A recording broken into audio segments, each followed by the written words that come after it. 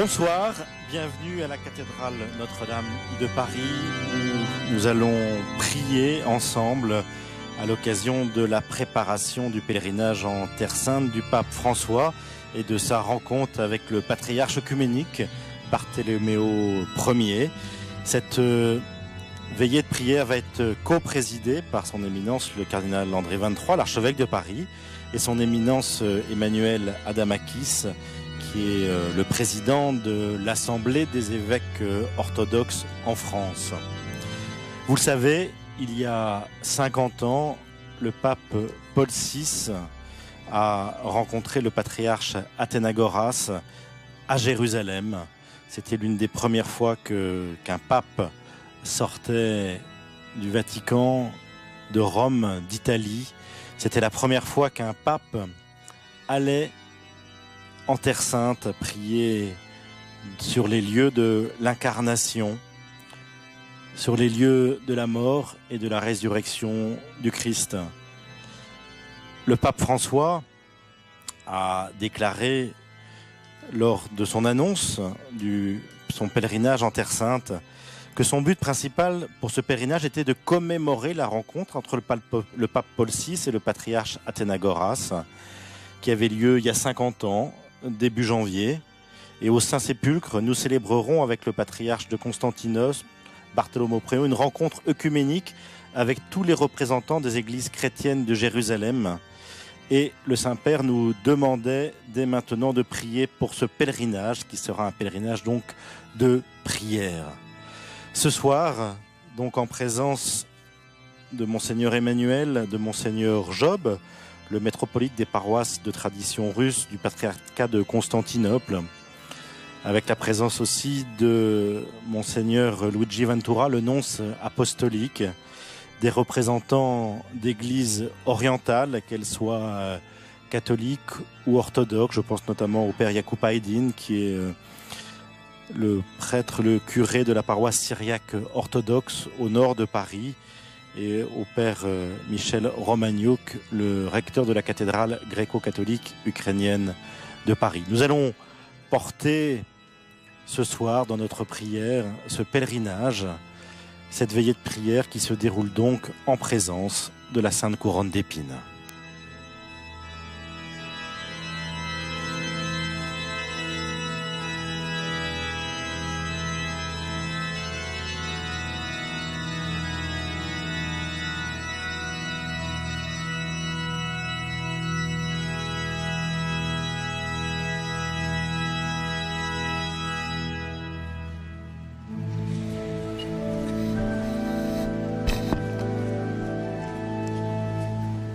Joyeuse lumière de la sainte gloire du Père céleste immortel, soyez bienheureux Jésus-Christ.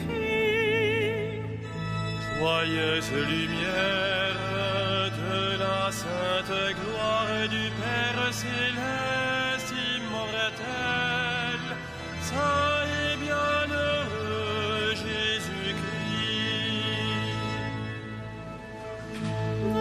Au coucher du soleil, contemplant la lumière du soir, nous chantons le Père et le Fils et le Saint-Esprit de Dieu. Joyeuse lumière de la sainte gloire du Père céleste immortel, saint et bienheureux Jésus-Christ.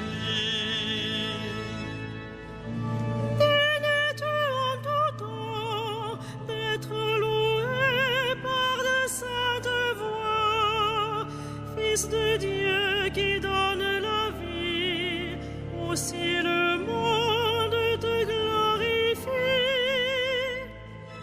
Joyeuse lumière de la sainte gloire du Père céleste immortel, saint et bienheureux Jésus-Christ.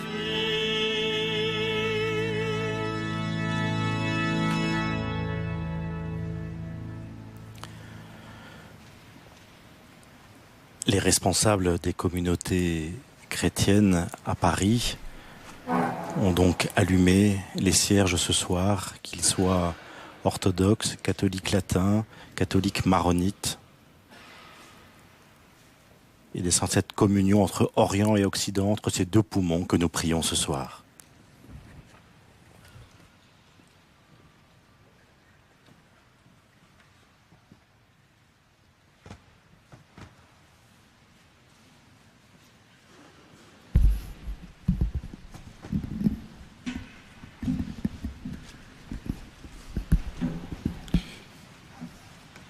Éminence, Monseigneur le Cardinal, Excellences, chers pères, frères et sœurs en Christ, je vous salue avec cette salutation qui est habituelle à l'Église orthodoxe pendant cette période pascale, le Christ est ressuscité. Tout d'abord, j'aurais voulu remercier du fond du cœur le cardinal André XXIII d'avoir accepté que nous puissions accompagner par la prière la rencontre de nos deux primats, le pape François et le patriarche œcuménique Bartholomé, à Jérusalem dimanche prochain. Par la prière, en effet, que nous avons ce soir, nous serons avec eux au Saint-Sépulcre, même à l'heure où le temps pascal touche à sa fin. D'ici et le maintenant de cette rencontre sont donc placés sous le signe de la résurrection du Christ. Le mystère de l'œuvre salvifique de Dieu pour le salut du monde passe par la recherche commune de l'unité des chrétiens dans la communion des Églises. En 1964, il y a 50 ans, à Jérusalem, s'est retrouvé pour la première fois depuis des siècles de séparation un pape de Rome et un patriarche œcuménique de Constantinople, Paul VI et Athénagoras. Ils étaient animés d'une conscience particulièrement vive qu'il était de leur devoir de faire de deux réalités ecclésiales une seule expérience du corps du Christ. Car, comme le déclare le saint apôtre Paul dans son épître aux Éphésiens, il y a un corps et un seul esprit, de même que votre vocation vous a appelé à une seule espérance, un seul Seigneur, une seule foi, un seul baptême, un seul Dieu et Père de tous, qui règne sur tous, agit par tous et demeure en tous. Malheureusement, à travers les siècles, nous avons oublié ce que vivre ensemble voulait dire. Nous avons oublié ce que l'esprit de communion signifiait. Nous ne parlions plus la même langue et nous ne partageons plus la même histoire. La différence de nos univers théologiques était nourrie par l'esprit des controverses. Au contraire, aujourd'hui, nous sommes capables d'écrire ensemble l'histoire, voire d'écrire ensemble une histoire commune. L'événement de 1964, que nous commémorons par nos prières ce soir, est le point de départ d'un dialogue retrouvé entre nos deux églises, catholiques et orthodoxes, qui n'ont plus peur de se dire sœurs. La crainte a été vaincue par la charité. Et la charité à créer les conditions d'un dialogue de vérité où il ne s'agit pas uniquement de nous connaître, mais aussi de nous reconnaître dans l'identité de la foi de l'autre. Depuis, en effet, le schisme du XIe siècle, catholiques et orthodoxes n'ont jamais été aussi proches. Dans le dialogue œcuménique, le chemin est aussi important que le but. Les moyens qui nous conduisent vers l'unité sont aussi cruciaux que l'unité elle-même. Ces moyens, nous les connaissons. Le dialogue théologique, la prière, les amitiés interpersonnelles, la reconnaissance fraternelle et le pardon. Ce sont tous ces gestes d'une communion anticipée qui construisent progressivement la destinée commune à laquelle nous sommes appelés. Dans quelques jours, le pape François et le patriarche œcuménique Bartholomée se retrouveront à Jérusalem, la ville sainte pour nous chrétiens, mais aussi pour le judaïsme, afin de prier ensemble pour l'unité de nos églises.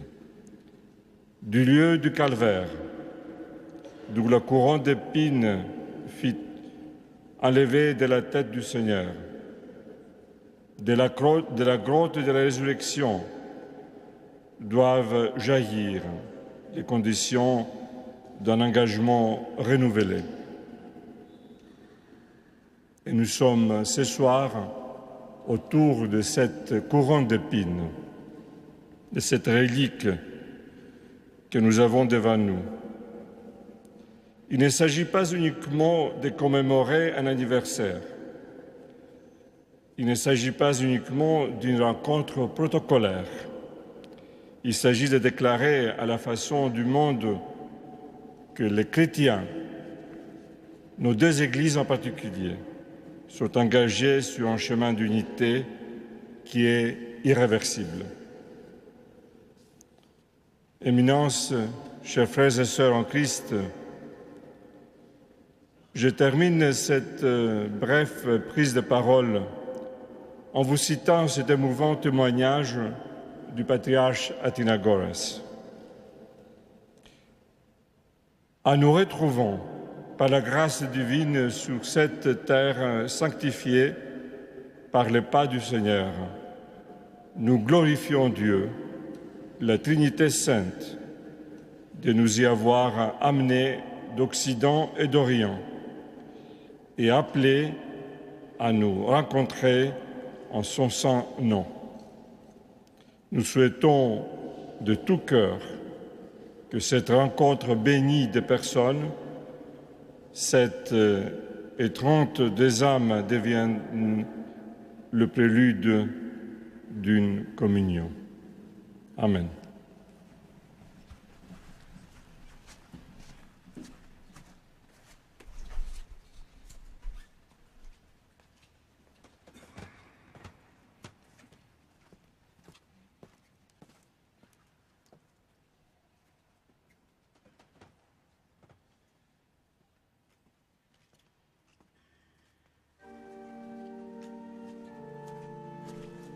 Dieu, viens à mon aide. Seigneur, à notre secours. Pourquoi chercher parmi les morts celui qui est vivant? Il est vraiment ressuscité. Alléluia, Alléluia. Gloire au Père et au Fils et au Saint-Esprit, au Dieu qui était et qui vient, pour les siècles des siècles. Amen. Alléluia.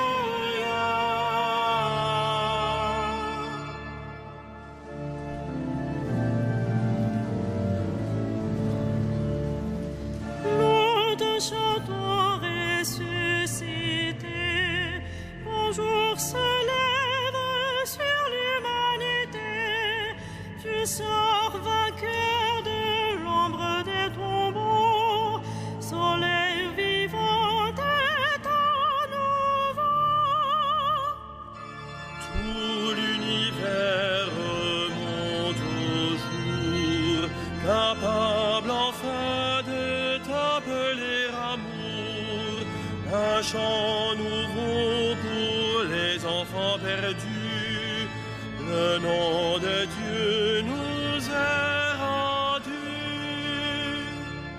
Tu as ouvert pour tous les tiens en grand la porte du trait du jardin où Dieu convie les hommes pour la joie sous l'abri immense de ta croix.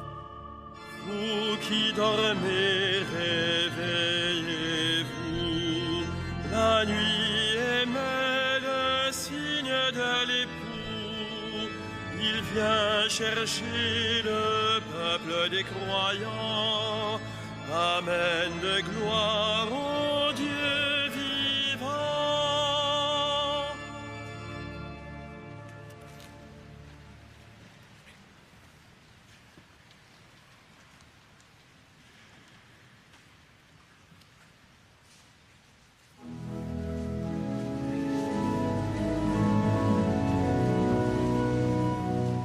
Le royaume de Dieu est venu maintenant et la puissance de son Christ. Alléluia. Le royaume de Dieu est venu maintenant et la puissance de son Christ. Alléluia. Que le Seigneur te réponde au jour de détresse. Que le nom du Dieu de Jacob te défende. Du sanctuaire, qu'il t'envoie le secours, qu'il te soutienne des hauteurs de Sion. Qu'il se rappelle toutes tes offrandes, ton holocauste qu'il trouve savoureux. Qu'il te donne à la mesure de ton cœur, qu'il accomplisse tous tes projets. Nous acclamerons ta victoire en arborant le nom de notre Dieu. Le Seigneur accomplira toutes tes demandes. Maintenant, je le sais, le Seigneur donne la victoire à son Messie. Du sanctuaire des cieux, il lui répond par les exploits de sa main victorieuse. Aux uns les chars, aux autres les chevaux. À nous le nom de notre Dieu, le Seigneur. Il plie et s'effondre. Nous, debout, nous résistons. Seigneur, donne au roi la victoire, et pour nous au jour de notre appel. Rendons gloire au Père Tout-Puissant, à son Fils Jésus-Christ le Seigneur, À l'Esprit qui habite en nos cœurs, pour les siècles des siècles. Amen. Le royaume de Dieu est venu maintenant, et la puissance de son Christ. Alléluia.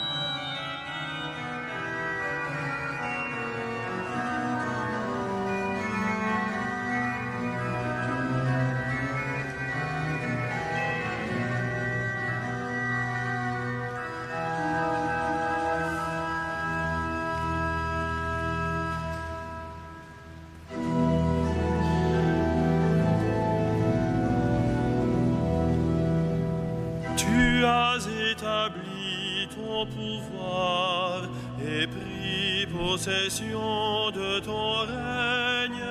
Alléluia.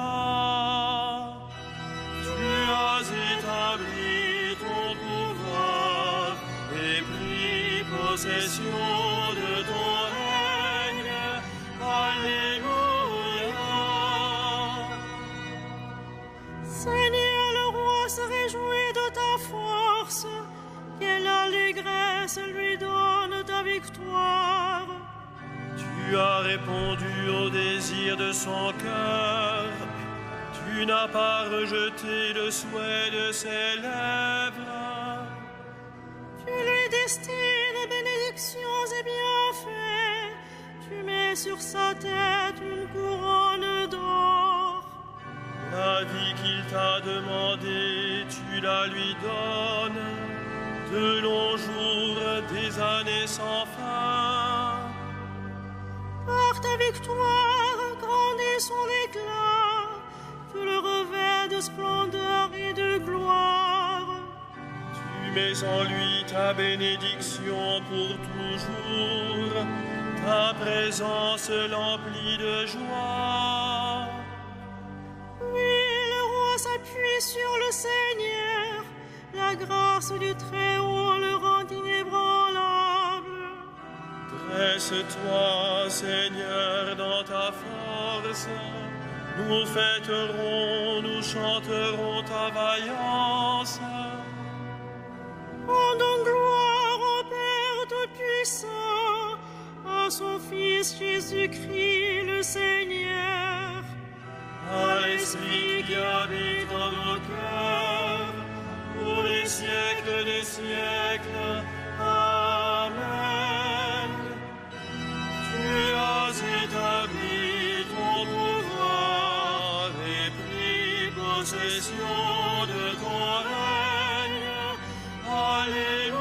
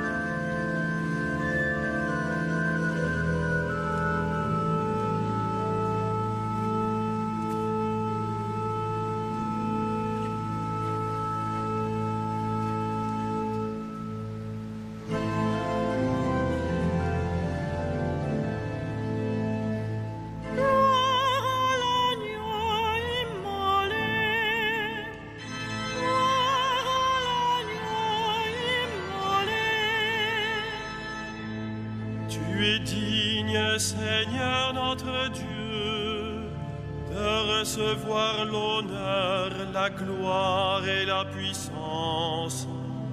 C'est toi qui créas l'univers, tu as voulu qu'il soit, il fut créé. Gloire à l'agneau immolé. Tu es digne, Christ et Seigneur, de prendre le livre et d'en ouvrir les sceaux, car tu fus immolé, rachetant pour Dieu au prix de ton sang des hommes de toutes tribus, langues, peuples et nations. Gloire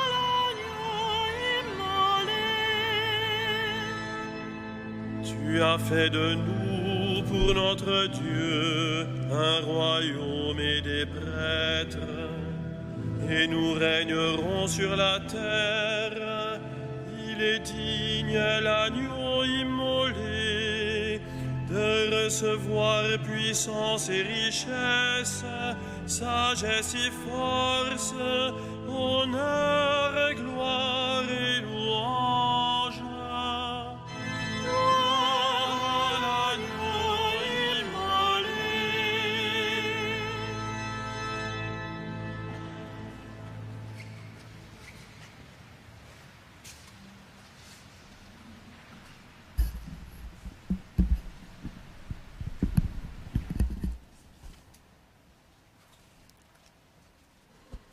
De l'évangile de Jean au chapitre 17. À l'heure où Jésus passait de ce monde à son Père, il leva les yeux au ciel et pria ainsi. Père, l'heure est venue. Glorifie ton Fils, afin que le Fils te glorifie. Ainsi, comme tu lui as donné autorité sur tout être vivant, il donnera la vie éternelle à tous ceux que tu lui as donnés. Or, la vie éternelle, c'est de te connaître, toi, le seul Dieu, le vrai Dieu, et de connaître celui que tu as envoyé, Jésus-Christ. Moi, je t'ai glorifié sur la terre en accomplissant l'œuvre que tu m'avais confiée. Toi, Père, glorifie-moi maintenant auprès de toi. Donne-moi la gloire que j'avais auprès de toi avant le commencement du monde. J'ai fait connaître ton nom aux hommes que tu as pris dans le monde pour me les donner. Ils étaient à toi, tu me les as donnés, et ils ont gardé fidèlement ta parole. Maintenant, ils ont reconnu que tout ce que tu m'as donné vient de toi, car je leur ai donné les paroles que tu m'avais données. Ils les ont reçues, ils ont vraiment reconnu que je suis venu d'auprès de toi, et ils ont cru que c'était toi qui m'avais envoyé. Je prie pour eux. Ce n'est pas pour le monde que je prie, mais pour ceux que tu m'as donnés. Ils sont à toi, et tout ce qui est à moi est à toi, comme tout ce qui est à toi est à moi, et je trouve ma gloire en eux. Désormais, je ne suis plus dans le monde, eux ils sont dans le monde, et moi, je viens vers toi. Père Saint, garde mes disciples dans la fidélité à ton nom que tu m'as donné en partage, pour qu'ils soient un, comme nous-mêmes. Quand j'étais avec eux, je les gardais dans la fidélité à ton nom que tu m'as donné. J'ai veillé sur eux, et aucun ne s'est perdu, sauf celui qui s'en va à sa perte, de sorte que l'Écriture soit accomplie. Et maintenant que je viens à toi, je parle ainsi en ce monde pour qu'ils aient en eux ma joie et qu'ils en soient comblés. Je leur ai fait don de ta parole, et le monde les a pris en haine parce qu'ils ne sont pas du monde, de même que moi, je ne suis pas du monde. Je ne demande pas que tu les retires du monde, mais que tu les gardes du mauvais. Ils ne sont pas du monde, comme moi je ne suis pas du monde. Consacre-les par ta vérité. Ta parole est vérité. De même que tu m'as envoyé dans le monde, moi aussi je les ai envoyés dans le monde. Et pour eux je me consacre moi-même, afin qu'ils soient eux aussi consacrés par la vérité. Je ne prie pas seulement pour ceux qui sont là, mais encore pour ceux qui accueilleront leurs paroles et croiront en moi. Que tous ils soient un. Comme toi, Père, tu es en moi et moi en toi. Que leur unité soit parfaite. Ainsi le monde saura que tu m'as envoyé et que tu les as aimés comme tu m'as aimé. Père, ce que tu m'as donné, je veux que là où je suis, eux aussi soient avec moi et qu'ils contemplent ma gloire, celle que tu m'as donnée parce que tu m'as aimé avant même la création du monde. Père juste, le monde ne t'a pas connu, mais moi je t'ai connu, et ils ont reconnu eux aussi que tu m'as envoyé. Je leur ai fait connaître ton nom, et je le ferai connaître encore pour qu'ils aient en eux l'amour dont tu m'as aimé, et que moi aussi je sois en eux.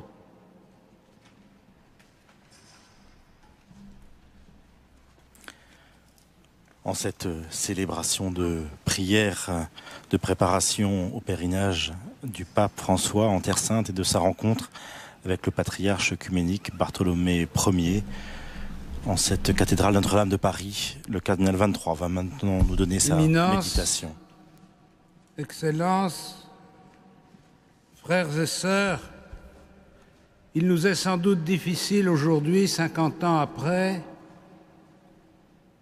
de nous souvenir de l'émotion que la rencontre du patriarche Athénagoras et du pape Paul VI a suscité, non seulement évidemment dans chacune de nos églises, mais encore dans le monde entier. Tellement cet événement, par son caractère novateur et prophétique, instaurait une rupture dans une manière d'être, je n'oserais pas dire les uns avec les autres, mais les uns à côté des autres. Et c'est précisément cette rencontre, le contact personnel des deux principaux responsables de nos églises qui a changé cette manière d'être à côté des autres, quand ça n'était pas contre les autres, pour devenir avec les autres. Le choc d'un rapprochement aussi imprévisible et aussi difficile à assumer après tant de siècles d'ignorance ou d'hostilité. Ce rapprochement avait une portée symbolique considérable pour montrer comment l'amour de Dieu à l'œuvre dans le cœur des hommes justes pouvait changer les relations du monde. Mais il me semble que l'émotion plus profonde encore était l'émotion spirituelle par laquelle nous prenions une certaine intelligence de cette parole du Christ que nous venons d'entendre. L'unité entre les chrétiens n'est pas une œuvre humaine, ça n'est pas une œuvre diplomatique, ça n'est pas un travail de négociation au cours duquel, pendant tant de temps, on a toujours espéré que l'autre finirait par devenir comme nous et qu'on était prêt à faire l'unité pourvu que ce soit à notre manière. Le chemin de l'œcuménisme, ça n'a pas été d'inaugurer des colloques perpétuels, ça a été de reconnaître que ce que chacune des églises avait vécu dans sa fidélité au Christ portait quelque chose du message du Christ pour le monde. Et que donc, ceux qui n'arrivaient pas à se rencontrer, ceux qui n'arrivaient pas à s'entendre, ceux qui n'arrivaient pas à se partager, faisaient défaut à chacun.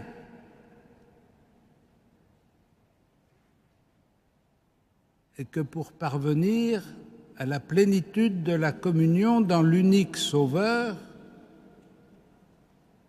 il faut que nous cheminions non pas seulement pour nous rapprocher, non pas seulement pour mieux nous comprendre, non pas seulement pour nous estimer, mais surtout, il faut que nous nous rapprochions pour partager notre expérience de la communion au Christ. Il faut que nous nous rapprochions pour reconnaître chez le frère séparé quelque chose qui est essentiel à la communion de l'Église. Il ne faut pas que nous cherchions à le rendre comme nous. Il ne faut pas que nous cherchions à devenir comme lui. Il faut que nous cherchions à vivre ensemble. Et à vivre ensemble dans l'unité qui sort du cœur du Christ lui-même. C'est pourquoi les pionniers du mouvement œcuménique ont toujours mis la prière à la première place de leurs initiatives, parce que la première condition du progrès œcuménique, c'est la conversion de chacun d'entre nous et de chacune de nos églises dans la fidélité au Christ, pas la conversion de l'autre à nous, mais notre conversion au Christ. Et c'est dans la mesure où nous vivons activement cette conversion au Christ que la splendeur de l'Évangile et la puissance de l'esprit d'amour fait progresser la communion entre nous. C'est pourquoi c'est sans doute une grâce particulière de notre temps, de cette année, que le patriarche Bartholoméos et le pape François aient résolu de renouveler cette rencontre à Jérusalem pour nous rappeler où est le foyer de l'unité des chrétiens,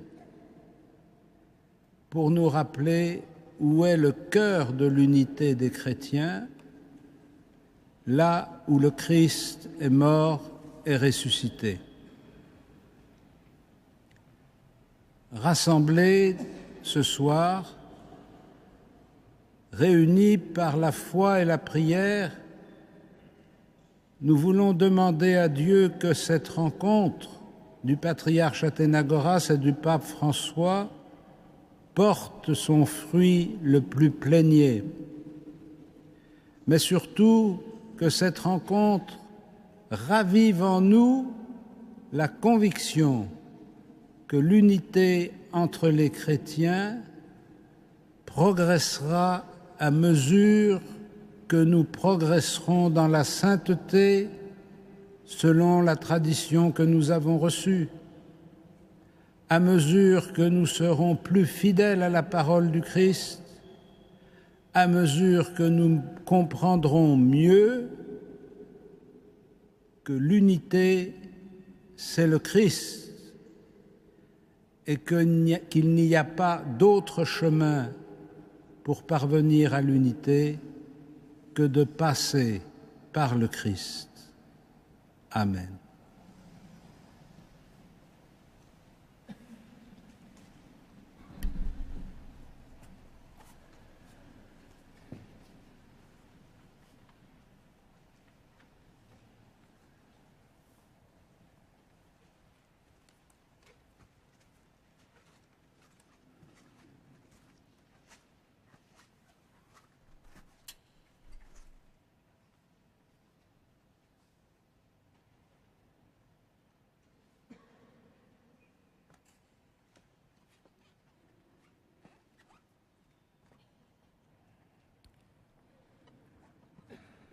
Si vous m'aimiez, vous seriez dans la joie, car je vais vers le Père. Alléluia.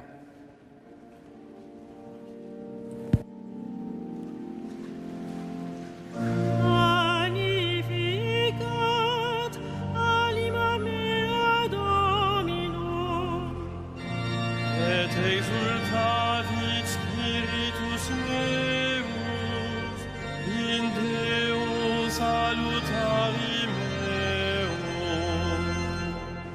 via respexit humilitatem ancille suae, et genim ex hoc beatam medicent omnes generationes. Via fecit mihi mania qui potens est, et sanctum nomen eius. Et misericordia eius a progenie in progenies dimentibus eum. Ecit potentiam in brachio suo, dispersit superbos mente codis sui. Deposuit potentes de sede, et exaltavit humires. Esurientes implevit bonis, et divites dimisit in anes. Suscepit Israel puerum suum, recordatus misericordiae suae. Sicut locutus est ad patres nostros, Abraham et semini eius in saecula. Gloria Patri et Filio et Spiritui Sancto. Sicut erat in principio et nunc et semper, et in saecula saeculorum. Amen.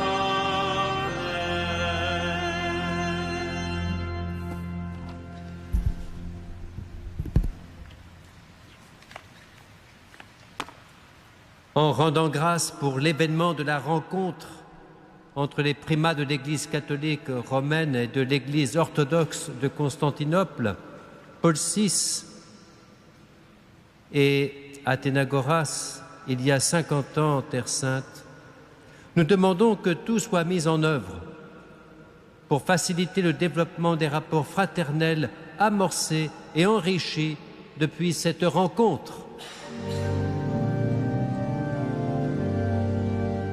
Kyrie eleison, Kyrie eleison. Pour que soit entendu l'appel du Seigneur à se réconcilier, quand surgissent des incompréhensions entre disciples du Christ, et que nous cherchions de tout cœur à surmonter les différends anciens et nouveaux, afin d'être un, comme le Seigneur Jésus l'a demandé pour nous à son Père.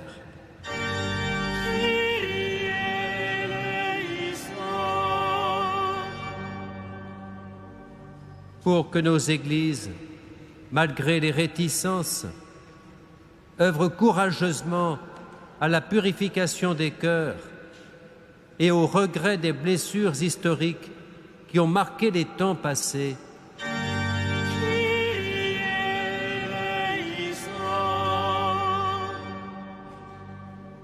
Pour que rayonne dans l'ensemble de nos églises, mais aussi dans le monde chrétien, tout entier, la sincère volonté de réconciliation pour vivre de nouveau dans la pleine communion de foi, de concorde fraternelle et de vie sacramentelle.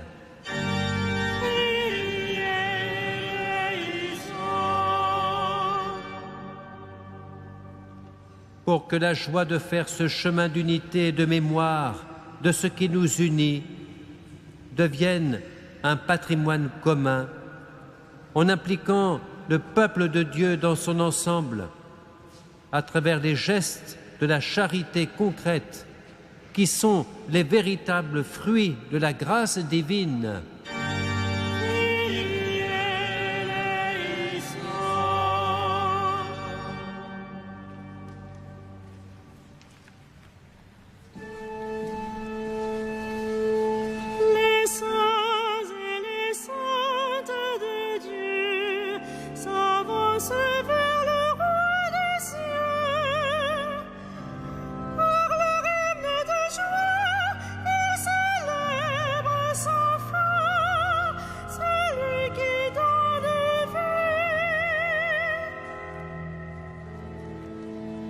Seigneur Jésus, toi le Fils obéissant au Père, fortifie notre foi. Fortifie notre foi.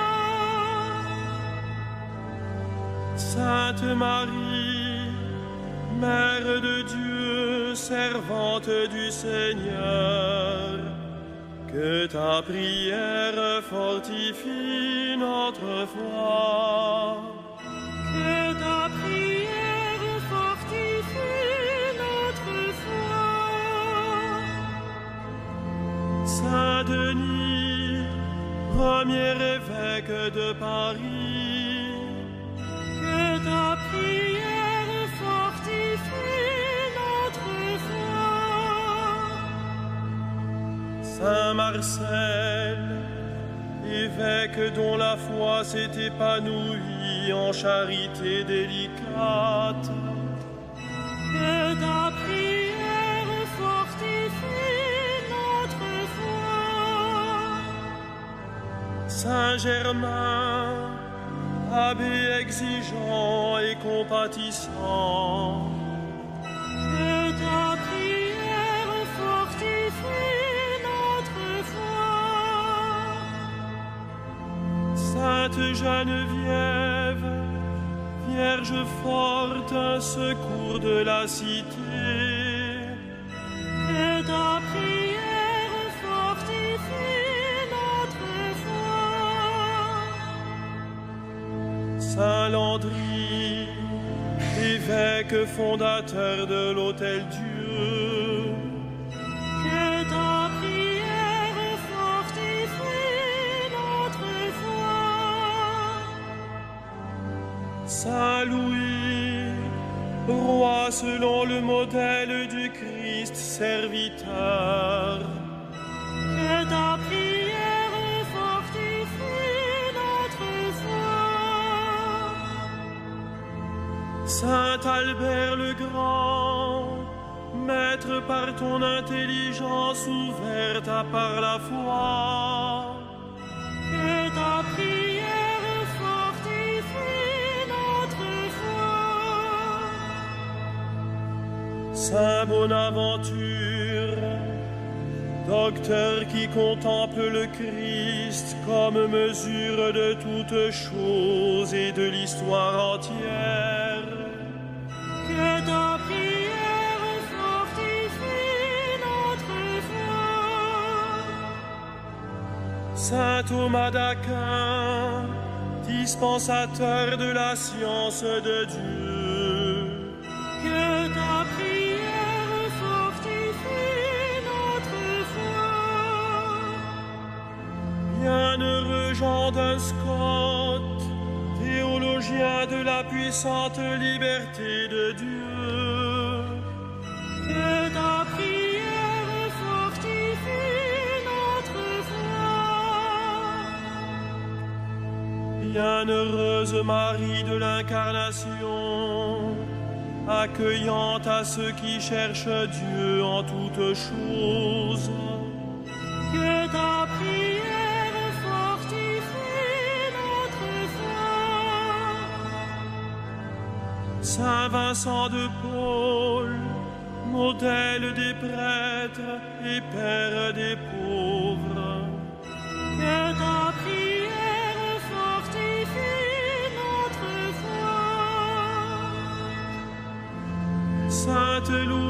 de Marillac, servante de toutes les détresses de ton temps.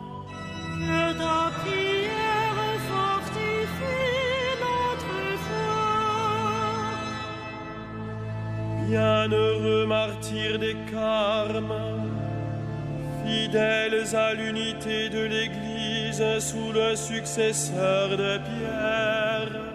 Que votre prière fortifie notre foi. Sainte Madeleine Sophie Barra, évangélisatrice des mères de famille. Que ta prière fortifie notre foi. Bienheureuse Rosalie rendue, dispensatrice de l'amour du Christ pour les pauvres de notre ville. Que ta prière fortifie notre foi. Sainte Catherine Labourée, amie cachée de l'Immaculée. Que ta prière fortifie notre foi.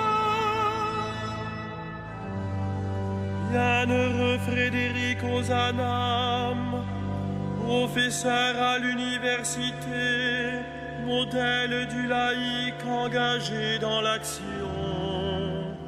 Que ta prière fortifie notre foi. Sainte Marie-Eugénie Milleret, éducatrice des femmes dans la liberté de l'esprit. Que ta prière fortifie notre foi. Bienheureux Charles de Foucault, pécheur repenti et prêtre brûlé d'amour pour nous. Que ta prière fortifie notre foi.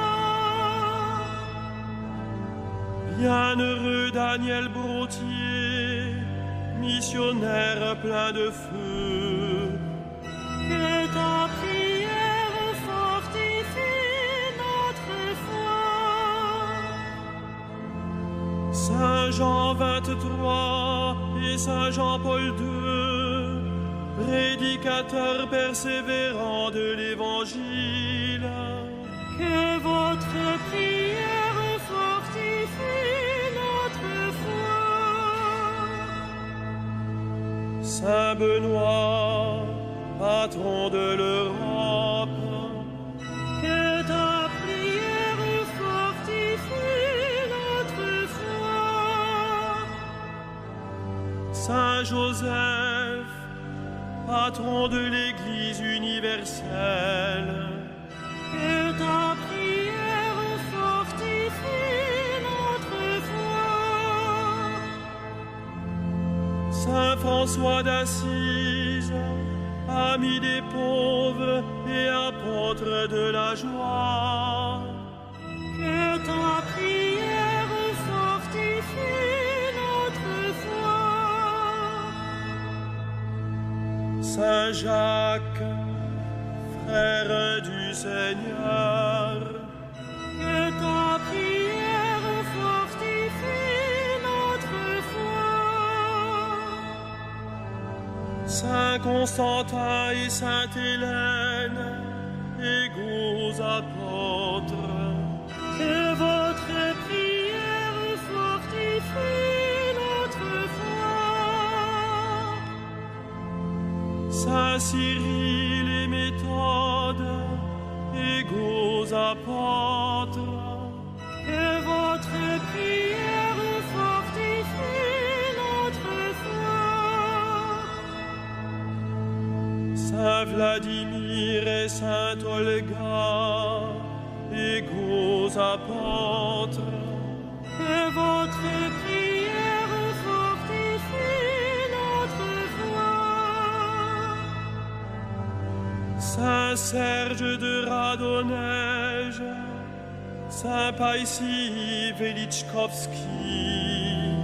Que votre prière fortifie notre foi. Saint Séraphin de Sarov, Saint Nectaire d'Égine et Saint Silouane de Latence. Que votre prière fortifie notre foi. Les saints et les saintes de Dieu s'avancent vers le roi des cieux.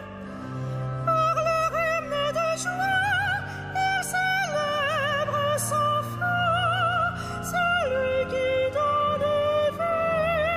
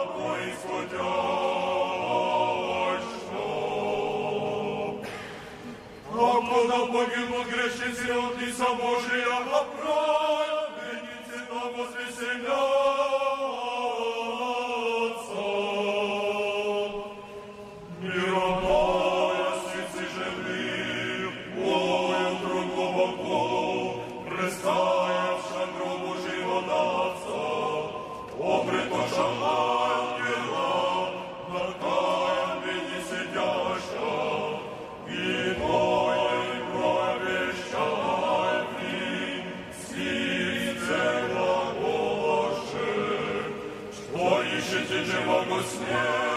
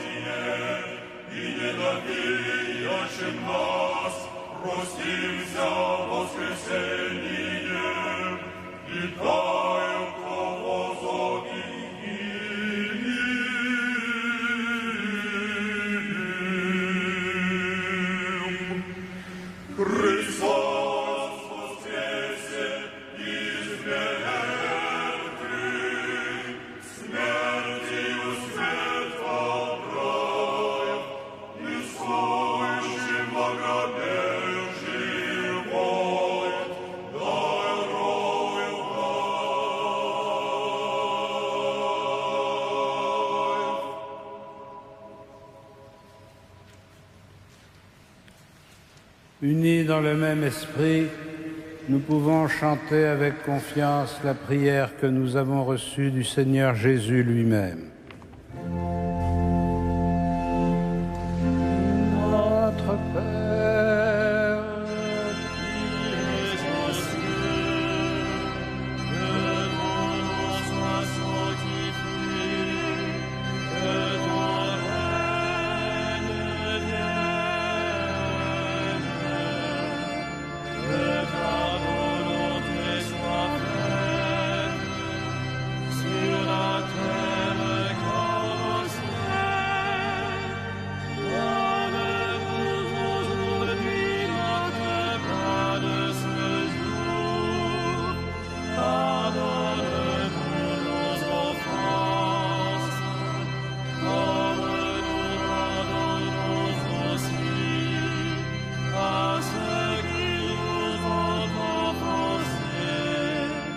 Et ne nous soumets pas à la tentation, mais délivre-nous du mal.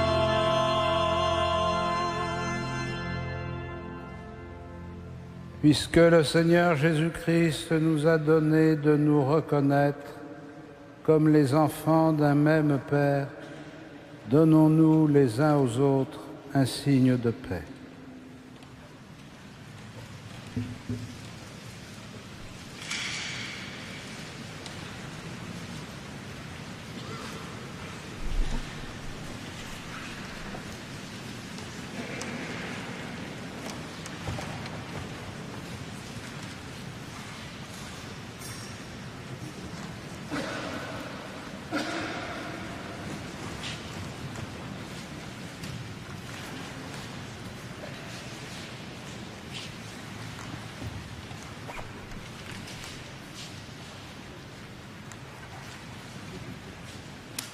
Prions le Seigneur, Dieu de puissance et de miséricorde, toi qui nous as renouvelés par la mort et la résurrection de ton Christ, entretiens en nous l'œuvre de ton amour. Que notre communion à ce mystère consacre notre vie à ton service, par Jésus le Christ, notre Seigneur. Et que la bénédiction du Seigneur descende en abondance sur son peuple qui a célébré la mort de son Fils dans l'espérance de sa propre résurrection. Seigneur, accorde-lui pardon et réconfort, augmente sa foi et assure son éternelle rédemption par Jésus le Christ, notre Seigneur.